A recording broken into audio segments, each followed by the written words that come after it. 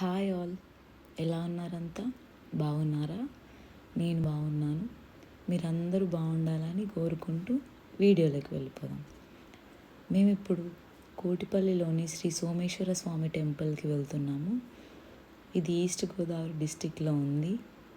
నేను ఇంతకుముందు ఎప్పుడు గోదావరి డిస్టిక్ విజిట్ చేయలేదు. అసలు ఈ వ్యూ చూస్తున్నారా ఎంత బాగుందో.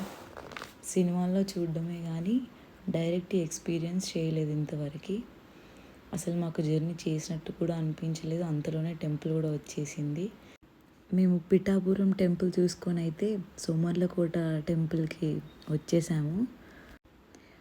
గోదావరి డిస్టిక్లో ఉన్న వాళ్ళైతే చాలా అదృష్టవంతులు. నేచర్కి ఇంత దగ్గరగా చాలా ఎంజాయ్ చేయవచ్చు, ఏ పొల్యూషన్ లేకుండా. ఇక్కడ ఈ టెంపుల్ అయితే చాలా బాగుంది. చాలా ఓల్డెన్ టెంపుల్. ఇక్కడ శివుడు సోమేశ్వర స్వామిగా అండ్ పార్వతీదేవి శ్రీ రాజరాజేశ్వరిగా కొలువై ఉన్నారు. ఇక్కడ శివలింగం కంప్లీట్గా వాటర్లో ఉంది.